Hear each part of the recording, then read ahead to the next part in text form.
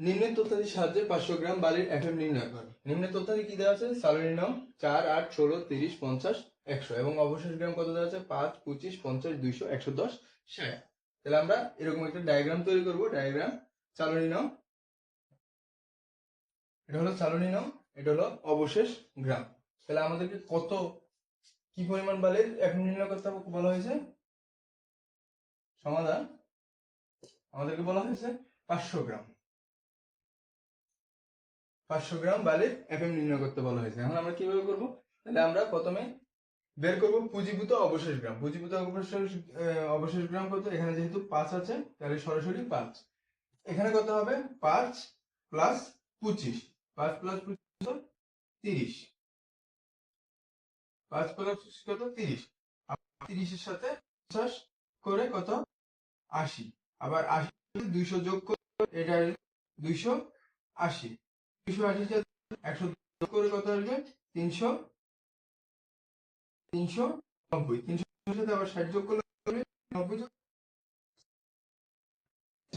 এটা হলো অপুঞ্জীভূত গ্রাম। অর্থাৎ 25 করে যেটা পাবো পাবো, আবার যেটা পাবো সেটার সাথে যোগ করে যেটা পাবো 80 সাথে আবার যোগ করে যেটা পাবো 80, 280, 200 সাথে, অর্থাৎ এইভাবে যোগ হবে।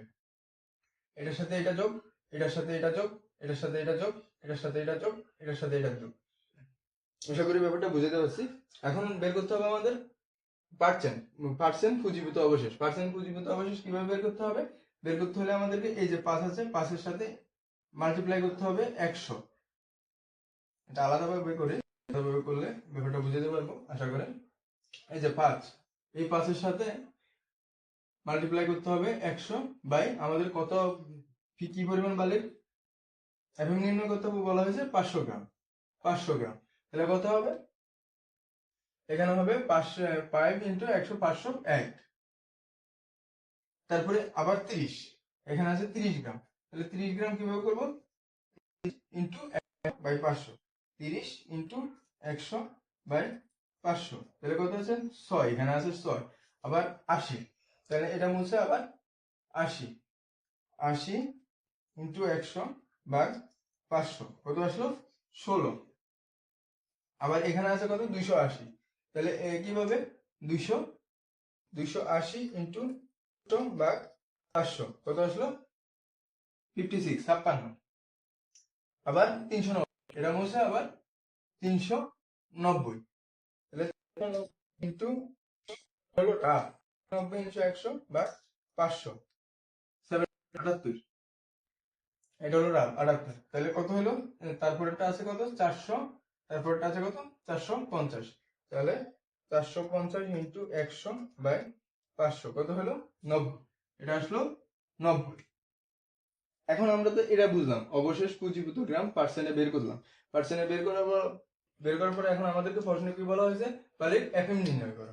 তাহলে আমাদের এফএম কত? সুতরাং এফএম এফএম কত?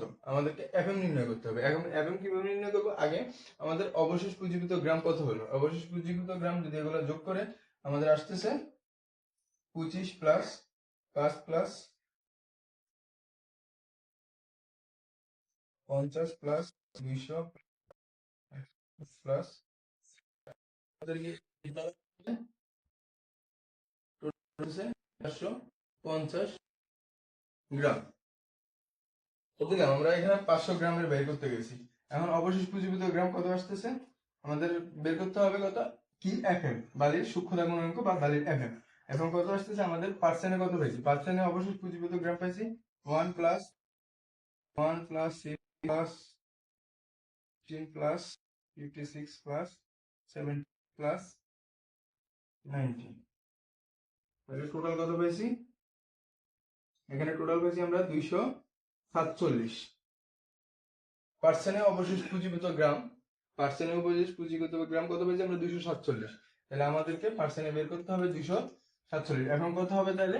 সুতরাং 247 বাই 100, 247 বাই 100, তাহলে আমরা মাল্টিপ্লাই করি 247 বাই 100 কত আসলো?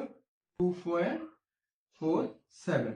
অর্থাৎ এই নিম্নের তথ্যাদির সাহায্যে 500 গ্রাম বালির এফএম আসে 2.47, সরি 2.47। আশা করি ব্যাপারটা বুঝতে পারছি।